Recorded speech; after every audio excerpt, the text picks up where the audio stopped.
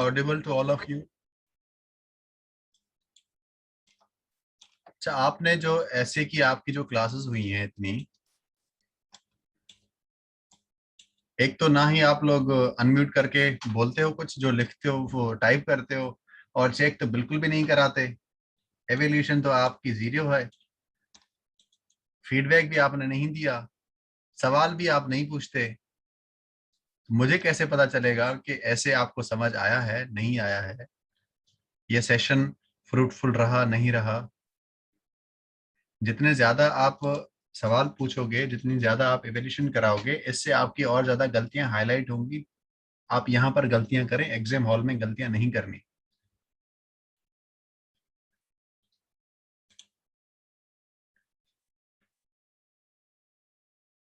मेरी आवाज आप सबको आ रही है?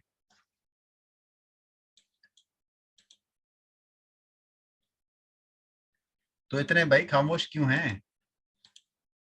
ऐसे क्या सेशन ठीक था? समझ आया कुछ, या आपके पैसे पानी में डूब गए?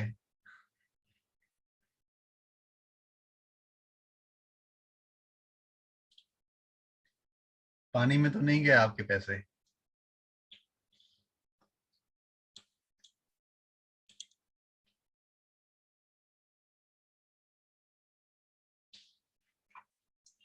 क्या आप,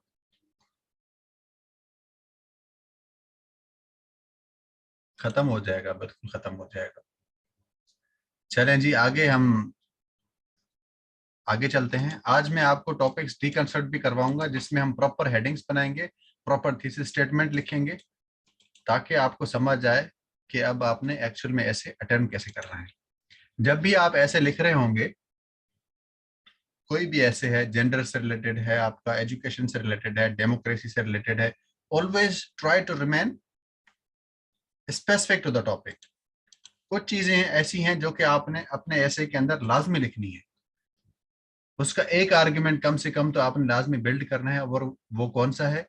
always try to highlight human and cultural aspect. ये वाला पॉइंट आपने लाजमी ऐड करना है। Let's suppose threat of global warming है, तो इससे आपने लाजमी ये बात बतानी है कि भाई, जब थ्रेट आ रहा है ग्लोबल वार्मिंग का, और जो फ्लड्स आ रहे हैं, ड्रॉट्स आ रहे हैं, फ्लड्स हैं, ड्रॉट्स हैं, ये जो सारी चीजें हो रही हैं, उसके रिपरकशन के अंदर क्या हो रहा है कि अफ्रीका जो अफ्रीका के जो लोग हैं, वो माइग्रेट कर रहे हैं बेचारे। माइग्रेट करके वो यूरोप जा रहे हैं। कुछ तो माइग्रेट कर रहे हैं, कुछ क्रिमिनल बन जाते हैं, कुछ पायरेट्स बन जाते हैं, कुछ लोग सरवाइव नहीं कर पाते, कुछ फेमाइन का शिकार हो जाते हैं। ये एस्पेक्ट आपने ह्यूमन एस्पेक्ट लाजमी ऐड करना है, human and cultural, socio cultural aspect कोशिश करके आप लाजमी ऐसे के अंदर ऐड करें। ऐसे आपका नो डाउट टेक्निकल हो, किसी भी टाइप का ऐसे हो, लेकिन ह्यूमन और कल्चरल एस्पेक्ट को आपने लाजमी ऐड करना है।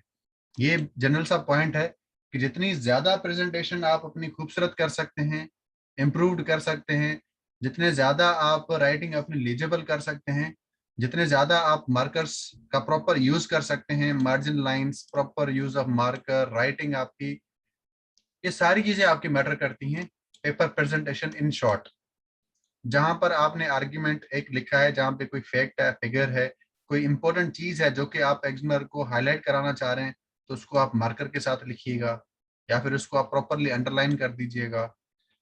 जितनी ज्यादा आपकी अच्छी प्रेजेंटेशन होगी, उतना ज्यादा फायदा होगा आपको। मेक श्योर कि पेपर आपका 15 मिनट पहले खत्म हो जाए। 15 मिनट के बाद आपने क्या करना है? प्रूफ रीड करना है पेपर को, वाइटो अपने साथ लेकर जाना है। जहां पर कोई गलती हो, उसको ठीक करके वाइटो के साथ उस गलती को ठीक करना है। अगर कोई कहता है कि वाइटो यूज नहीं करना चाहिए, तो कोई मसला नहीं है, वाइटो यूज करेंगे, लेकर जाइएगा वाइटो अपने साथ। अब हम आते हैं टॉपिक्स पे।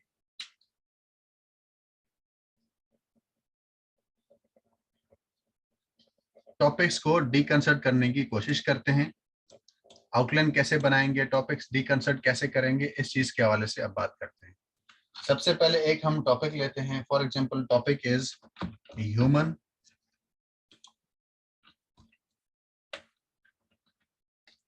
Human rights abuse in the war on terror.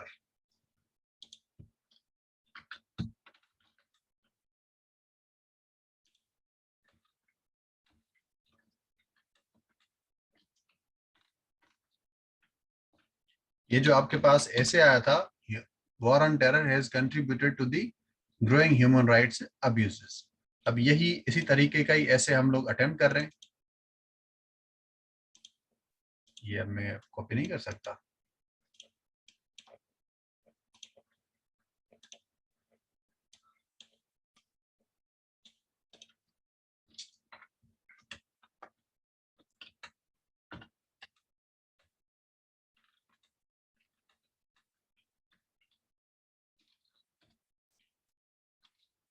अब हम बनाने जा रहे हैं इसकी आउटलाइन। सबसे पहले हम हेडिंग देंगे आउटलाइन की। सारे ही स्टूडेंट्स आउटलाइन लिख रहे होते हैं तो आप दूसरा कोई वर्ड लिख सकते हैं, हम सिनॉप्सिस कह सकते हैं इसको। नंबर 1 हेडिंग देंगे हम इंट्रोडक्शन की। ये हम आउटलाइन बना रहे हैं, दोनों वर्ड्स नहीं लिखने, सिर्फ आपके अंडरस्टैंडिंग के लिए। सिनॉप्सिस क्या है? Synopsis is your outline. एक ही वर्ड लिखेंगे, या तो आउटलाइन लिखेंगे या फिर सिनॉप्सिस लिखेंगे। आउटलाइंस भी कुछ स्टूडेंट्स लिख देते हैं, ये भी नहीं करना, इट्स आउटलाइन नॉट आउटलाइंस। सबसे पहले आपने हेडिंग देनी है इंट्रोडक्शन की। जब इंट्रोडक्शन की हेडिंग दी है आपने, तो इसी आउटलाइन के अंदर, मैं आउटलाइन की बात कर रहा हूं, इंट्रोडक्शन जो आप लिखेंगे आफ्टर राइटिंग योर आउटलाइन, उसकी बात नहीं हो रही। यहां पर मैं स्पेसिफिकली आउटलाइन की बात कर रहा हूं। After writing your introduction you will write your thesis statement here. Thesis statement आप यहां पर लिखेंगे। अभी ये जो वर्ड है थीसिस स्टेटमेंट, ये नहीं लिखना आपने, ये सिर्फ मैं आपको बता रहा हूं कि यहां पर आप थीसिस स्टेटमेंट लिखेंगे अपनी। तो इसको मैं वापस हटा देता हूं, कहीं ऐसा ना हो कि आप लिख दें। अब इंट्रोडक्शन में कुछ स्टूडेंट्स क्या करते हैं, यहां पर बुलेट पॉइंट्स दे देते हैं। फॉर एग्जांपल लिख देंगे human rights, war on terror, human rights abuses. ये पॉइंट्स जो लिख देते हैं ना, एक्स वाई जेड कोई भी पॉइंट्स लिख देते हैं, ये नहीं करना। इन पॉइंट्स का कोई मतलब नहीं है, इन पॉइंट से कोई क्लैरिटी नहीं आती, इन पॉइंट से कुछ भी साबित नहीं होता। पॉइंट देने का मतलब ये है कि it must be a main heading और अ सब हेडिंग, और सब हेडिंग के बाद जो हम पॉइंट लिखने वाले हैं, जिसको कैसन पॉइंट कहा जाता है, वो है। Therefore we will not be making any points here. यहाँ पर कोई पॉइंट्स हम नहीं लिखेंगे, इस चीज का आपने ख्याल रखना है। अगर आप इस तरह करते हैं तो आज से वो करना बंद करेंगे। यहाँ पर हम लिखेंगे थीसिस स्टेटमेंट अपना। थीसिस स्टेटमेंट हम लिखना सीखेंगे, और उसके अलावा काफी एसेस की जो थीसिस स्टेटमेंट है, उनको हम प्रैक्टिस करने की भी कोशिश करेंगे। अब थीसिस स्टेटमेंट डिफरेंट तरीके के हो सकते हैं, एक से दो सेंटेंसेस का भी हो सकता है, एक सेंटेंस का भी हो सकता है, फिर उसको एक्सपेंड भी किया जा सकता है। तो हम वॉर ऑन टेरर की एक सिंपल सी थीसिस स्टेटमेंट लिख देते हैं। हम कह सकते हैं कि the war on terror has led to the abuse of has led to the abuse of human rights, as it has severely curtailed several liberties of the masses या फिर of people, कॉमा यहाँ पर एक आप और argument दे दें, एक और फैक्टर। उसके बाद यहाँ पर आप एक दो पॉइंट्स लिख देंगे कि how it has contributed to the human rights abuses. एक तरीका आपके पास ये है, ऐसे ही सिंपल तरीके का ही आपने एक थीसिस लिखना है। उसके बाद सेकंड जो आपकी हेडिंग होगी that will be exposition paragraph.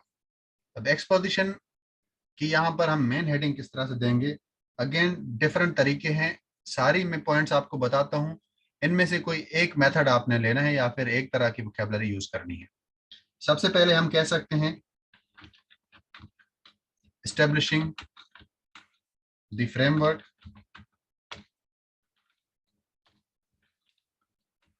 ये मैंने मेन हेडिंग दे दी है। मैं कहता हूं डिफाइनिंग द की वेरिएबल्स। सब हेडिंग में मैं बताता हूं defining war on terror. Second point defining human rights. ये आपने जो दी है it is your exposition paragraph, it is your exposition. ये आपने जो सब हेडिंग दी है ये एक्सपोजिशन की है। Establishing the framework main heading है, डिफाइनिंग द की वेरिएबल्स, उसमें फिर आपने फर्दर डिवीजन की है war on terror and human rights की। अब यहां पर एक और सवाल पैदा होता है कि क्या लाजमी है हम ये जो सेकंड आर्ग्यूमेंट लिख रहे हैं एक्सपोजिशन का, क्या लाजमी हम ये एक्सपोजिशन दें ऐसे के अंदर? अगर हमें वर्ड डिफाइन करना ही नहीं आ रहा तो हम क्यों दें यहाँ पर हेडिंग? अगर एग्जैक्टली हम उसको प्रॉपरली डिफाइन नहीं कर पा रहे हैं तो फिर क्या लाजमी है यहाँ पर हम वेरिएबल्स को डिफाइन करें, डिकंस्ट्रक्ट करें की टर्म्स को, एक्सपोजिशन पैराग्राफ लिखें, एक्सपोजिशन की हेडिंग दें? तो यहाँ पर आपने इस चीज को अंडरस्टैंड करना है कि ये जो आप पॉइंट दे रहे हैं ये प्लस पॉइंट है, एक एडिशनल पॉइंट है। अगर आप नहीं देते तो हो सकता है 1, 2 मार्क्स, 3 मार्क्स, डिपेंड करता है एग्जामिनर पे कि वो यहाँ से माइनस कर ले आपके। लेकिन ये हेडिंग अगर आप नहीं देते तो ऐसे आपका तब भी पास हो सकता है। ये बात आपके माइंड में क्लियर होनी चाहिए कि without writing exposition you can pass the essay paper, you can qualify the essay paper. आपका स्कोर 40, 42, 43, 46 आ सकता है। अगर आप की कमांड है इसके ऊपर तो आप इन चीजों को लाजमी डिफाइन करेंगे। लेकिन देखें अगर आप इनको डिफाइन नहीं करते तो आपके चांसेस फेल होने के ज्यादा बढ़ जाते हैं।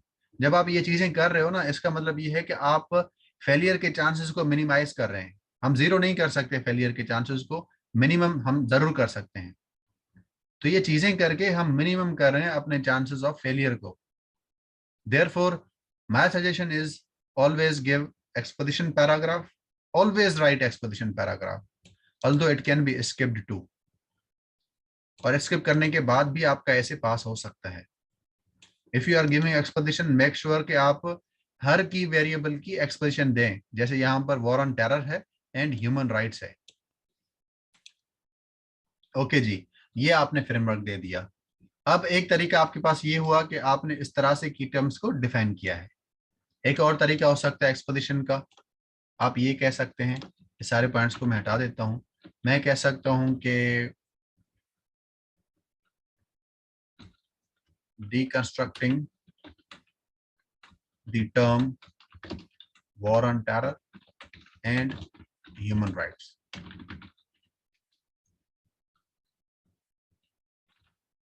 यहां पर आप ये भी कह सकते हैं, एक और तरीका है,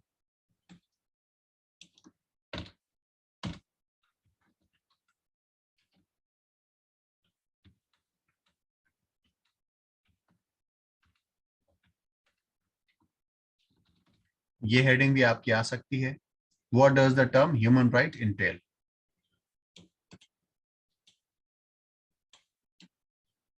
एक और आप वोकैबुलरी यूज कर सकते हैं, इसको हम कहते हैं कॉन्टेक्चुअलाइजिंग द की टर्म्स। इसमें आप बताएंगे human rights and war on terror. या आप ये कह सकते हैं कि डिकोडिंग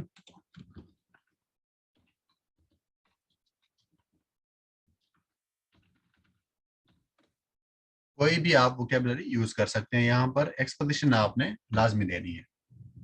यहाँ तक आपको चीजें समझ आई हैं? तो यहां से अब हम आगे चलते हैं।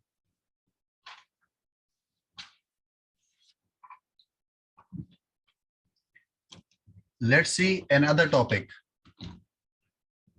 यस मुर्तजा, आप सवाल पूछ सकते हैं। सर जी जी। सर ये जो आप लिख रहे हैं रिकंस्ट्रक्टिंग द टर्म्स, दोनों वो एक ही पैराग्राफ में दोनों को डिफाइन करना है या अलग अलग कर सकते हैं? कोशिश करके एक पैराग्राफ में कर लें, अगर नहीं हो रहा तो दो पैराग्राफ कर सकते हैं, लेकिन मेक श्योर कि एक पैराग्राफ में आप लोग कर लें। अगर जस्टिफाई ठीक हो है। रहा है एक पैराग्राफ में तो उसमें कर लें, लेकिन अगर नहीं हो रहा तो वो दो पैराग्राफ में जा सकता है। दो ठीक है सर, पैराग्राफ से थैंक यू। ज्यादा कभी भी नहीं जाना। कोशिश करके एक पैराग्राफ में जस्टिफाई कर लें आप। जब आपका एक्सप्रेशन एग्जैक्ट होगा तो एक पैराग्राफ में दोनों चीजें हो जाएंगी। ठीक सर, थैंक यू। एक और टॉपिक देखते हैं, कोविड-19 and the crisis of global governance and the future ahead. सबसे पहले अगेन हम आउटलाइन की हेडिंग देंगे। आउटलाइन की हेडिंग देने के बाद we will be giving heading of introduction. Introduction की हेडिंग के बाद यहां पर हमने क्या करना है, आप लोग मुझे बताएं, भूल जाते हैं। यहां पर क्या करना है अब?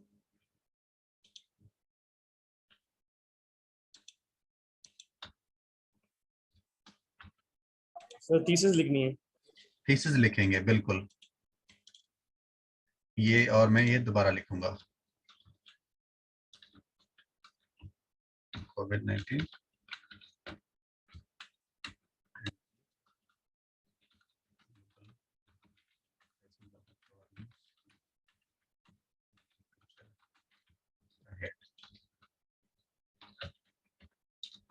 Outline introduction. थीसिस स्टेटमेंट आप भी लिखें। यहां पर आपने थीसिस स्टेटमेंट वर्ड नहीं लिखना। थीसिस स्टेटमेंट आपने जो बनाई है वो आपने लिखनी है। अब देखें, जितनी ज्यादा सिंपल आपकी थीसिस स्टेटमेंट होगी उतना ज्यादा बेहतर है। अब इसको थोड़ा सा हम लेंदी एक थीसिस स्टेटमेंट बनाने की कोशिश करते हैं। दोनों थीसिस स्टेटमेंट सही हैं, पहले जो हमने बनाई थी वो भी ठीक है, लेकिन उसमें आप पॉइंट्स ऐड कर दोगे, फैक्ट्स वगैरह, फैक्टर्स वगैरह आप ऐड कर दोगे तो वो आपकी प्रोलॉन्ग्ड स्टेटमेंट हो जाएगी। आफ्टर द पॉइंट रहते हैं तो आपकी स्टेटमेंट जो है वो शॉर्ट होती है। अब यहाँ पे हम कोशिश करते हैं इसकी स्टेटमेंट लिखने की। तो we can say that the कोविड-19 has exposed the crisis of global governance in the contemporary scenario, in the contemporary era, in the present era. अब यहाँ पर ये जो आपने बात की है, कोविड-19 has exposed the crisis of governance in the contemporary era, यहाँ पर अगर आप फैक्टर्स लिख रहे हैं, मतलब कि ये मैंने लिखा है व्हाट, ये जो पहला पार्ट है व्हाट, यहाँ पे मैंने जो जिक्र किया है वो किस चीज का किया है, व्हाट का। What covid has done, covid has exposed the crisis of global governance in the contemporary era. Second part होगा हाउ, हाउ इट हैज। तो यहाँ पर आप जो फैक्टर्स लिख रहे होंगे वो वाले आपने बताने हैं। हमने लिख दिया कि कोविड-19 has exposed the crisis of governance in the contemporary era. अब आपने यहाँ पर फैक्टर्स जो लिखने हैं, अब यहाँ पर आपने लिखने हैं फैक्टर्स। अगर आप फैक्टर्स को लिखते हैं तो ये थीसिस आपकी लेंदी हो जाएगी, अगर नहीं लिखते तो शॉर्ट होगी। तो सिंपली आप कह सकते हैं, सच एज भी हम लिख सकते हैं इन सिंपल टर्म्स, या फिर कोई और एक्सप्रेशन हम यूज कर सकते हैं, डिपेंड करता है कि आपका एक्सप्रेशन किस तरह का है। तो यहाँ पर आप वो एक दो पॉइंट्स लिख देंगे, लाइक मैं कह सकता हूँ there is backsliding,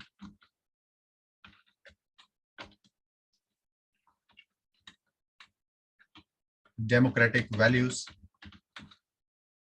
declining influence of international organizations।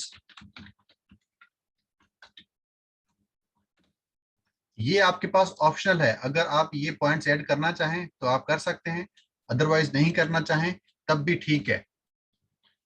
I would suggest कि ये जो आपने लिखा है ना पहला सेंटेंस, द कोविड-19 has exposed the crisis of governance in the contemporary era, अब यहाँ पर इन पॉइंट्स को ऐड नहीं करें। थीसिस आपकी क्रिस्प एंड शॉर्ट होनी चाहिए, उसमें ये पॉइंट्स ऐड नहीं करें। अगर आप ऐड कर भी रहे हैं तब भी ठीक है, लेकिन my suggestion is don't add these points here. We can add these points later on when we are writing full fledged introduction. Thesis में इन पॉइंट्स को ऐड नहीं करें। एक मिनट, एक कॉल आ रही है, टेलर की कॉल है, रिसीव कर लेता हूँ।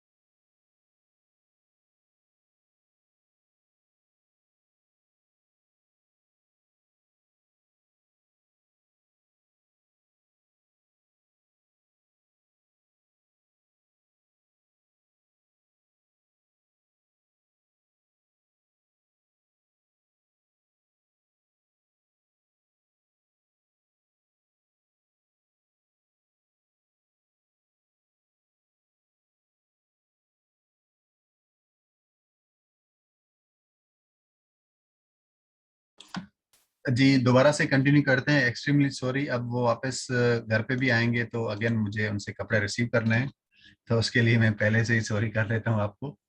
काफी देर से मैं इनकी कॉल इग्नोर भी कर रहा था, लेकिन ये नीचे ही थे।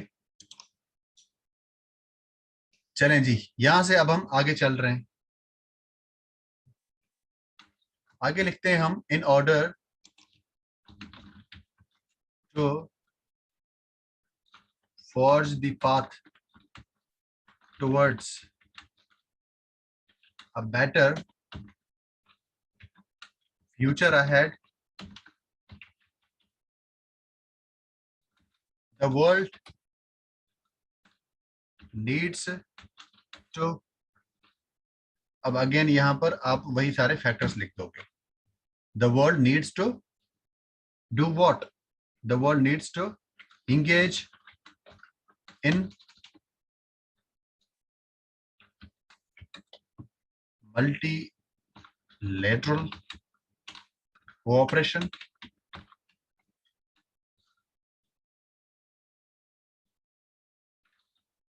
alleviate the sufferings of the most vulnerable populations, among others. This will be your thesis statement. अब यहां पर देखें, ये जो फैक्टर्स हैं इनको हम पॉइंट्स भी कह सकते हैं।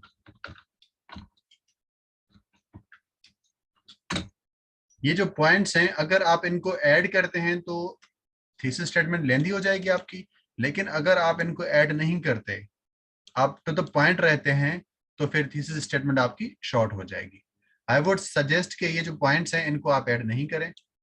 सिंपली आप कह सकते हैं कि in order to forge the world, forge the path towards a better future ahead, the world needs to take certain concrete measures, full stop, बस बात खत्म। इस तरह से भी आप कर सकते हैं। अब यहां पर देखें, इस थीसिस के अंदर सारी चीजें कवर हुई हैं आपकी। कोविड-19 यहाँ पर कीवर्ड है, तो यहाँ पे हमने कोविड-19 लिख दिया है। जब मैं आपको एंड पढ़ा रहा था तो मैंने आपको बताया था कि एंड में आपने लिंक करना है। Now we have to link कोविड-19 with the global crisis of governance. तो मैंने कहा है कि it has exposed the crisis of global governance. फिर पास्ट में किया है, प्रेजेंट में किया है, फ्यूचर में किया है। तो यहाँ पे मैंने ज्यादा क्लैरिटी दे दी कि प्रेजेंट में किया है, तो इसका मतलब ये है कि मैंने प्रेजेंट लिखना है, कोविड-19 पास्ट की बात नहीं है। ये ऐसे ही आपका प्रेजेंट है, तो मैंने यहाँ पे रिफ्लेक्ट करा दिया कि पास्ट की बात नहीं होने वाली। फिर मैंने कुछ इसके एग्जांपल्स भी दे दिए कि किस तरह हुआ है ये। Then again, and what is the future ahead, तो मैंने लिखा है कि for a better future ahead, again यहाँ पर मैंने की टर्म्स को ऐड किया है। The world needs to do this this and this, वगैरह वगैरह। तो इस तरह आपने थीसिस स्टेटमेंट अपनी बनानी है। जैसे ही आपने थीसिस स्टेटमेंट बना ली अपनी, तो उसके बाद आप सेकंड पॉइंट अपना लिखेंगे, जिसमें आप ये बताएंगे भैया कि की टर्म्स कौन कौन से हैं और इनको हम किस तरह से डिफाइन कर सकते हैं। तो exposition of covid, global governance, covid and global governance, ये की टर्म्स हैं आपके। इन दोनों की आपने एक एक्सपोजिशन बता दी। अब आगे आपने क्या करना है? अब आगे आपने आर्ग्यूमेंट्स देकर प्रूव करना है। यहां तक आपको चीजें समझ आ रही हैं?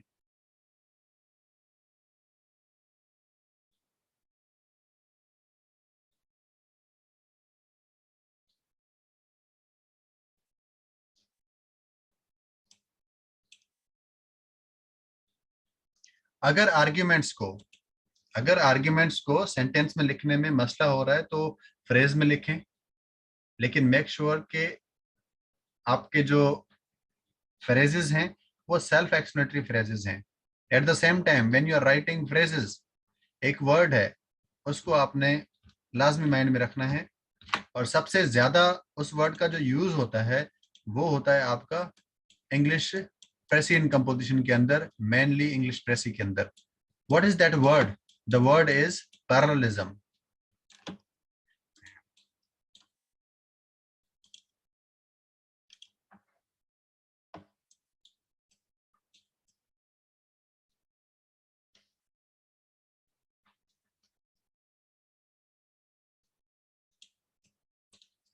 अब सही हो गया ना? Parallelism, what is parallelism actually, इसको आपने पढ़ना है और आपने इंश्योर करना है कि पैरेललिज्म के रूल्स को आपने वायलेट नहीं किया when you are making phrases. Phrases बनाते हुए आपने इस चीज का खास ख्याल रखना है। सेंटेंस बनाते हुए भी हम रखते हैं, लेकिन सेंटेंस तो बन जाता है, फिर उसमें पैरेललिज्म का इतना रोल नहीं होता, लेकिन फ्रेजेस में इसका काफी ज्यादा रोल होता है।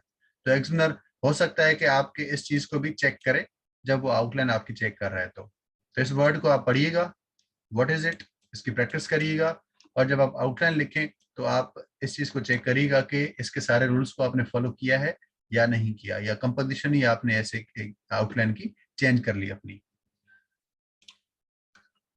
वापस आते हैं टॉपिक पे अगेन। ये भी आपको समझ आ गया है?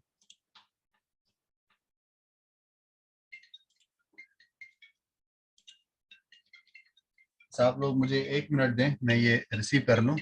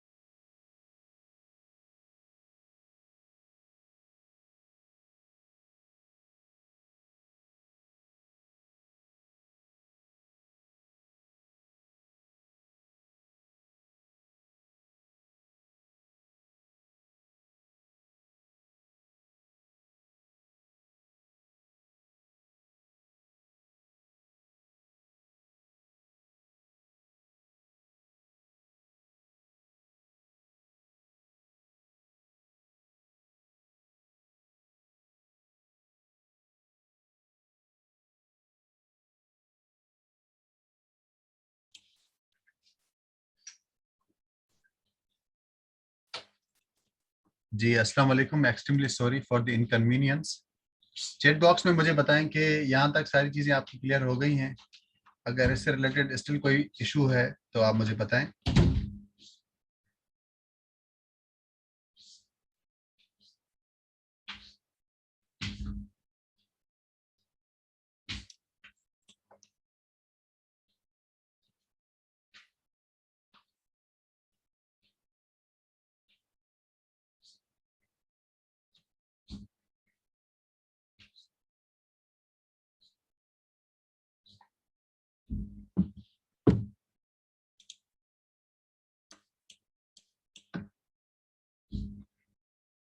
देखें, अब आपने क्या करना है, आपने करनी है प्रैक्टिस। अगर आप प्रैक्टिस नहीं करेंगे तो आप लिख नहीं पाओगे। और दूसरी बात ये है कि जब आप प्रैक्टिस करके कुछ चेक करवा रहे हैं तो चेकिंग के टाइम पे भी पता चलता है कि आप कौन सी गलतियां कर रहे हो, और उन गलतियों को फिर आपने ओवरकम करना है ताकि आप एक बहुत अच्छा ऐसे लिख सको। एक और ऐसे की आउटलाइन और इंट्रोडक्शन थीसिस स्टेटमेंट बनाने की कोशिश करें, या फिर आज की क्लास को हम यहीं पर ही एंड करें।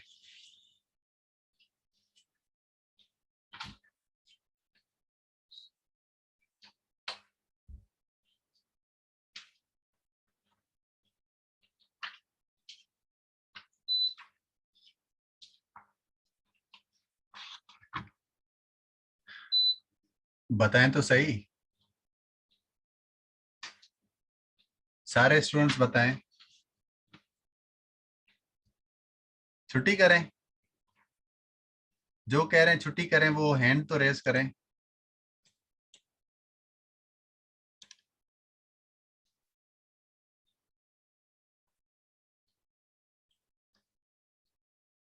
तला और बाकियों का लगता है कोई ओपिनियन ही नहीं है, मैसेज भी नहीं कर रहे। चले एक एक देख लेते हैं हम, एक टॉपिक देख लेते हैं, आसान सा टॉपिक होगा। एक टॉपिक है आपके पास, एक काम करें आप क्लास वापस ज्वाइन कर लें तो इसके जो है मैं आपको जो सब हेडर्स बनेंगे वो किस तरह बनेंगे वो भी आपको बताता हूँ, ताकि आप पॉइंट्स भी फिर अच्छे से बना सको। तो वापस आप लोग आ जाएं तो यहाँ से हम कंटिन्यू करते हैं।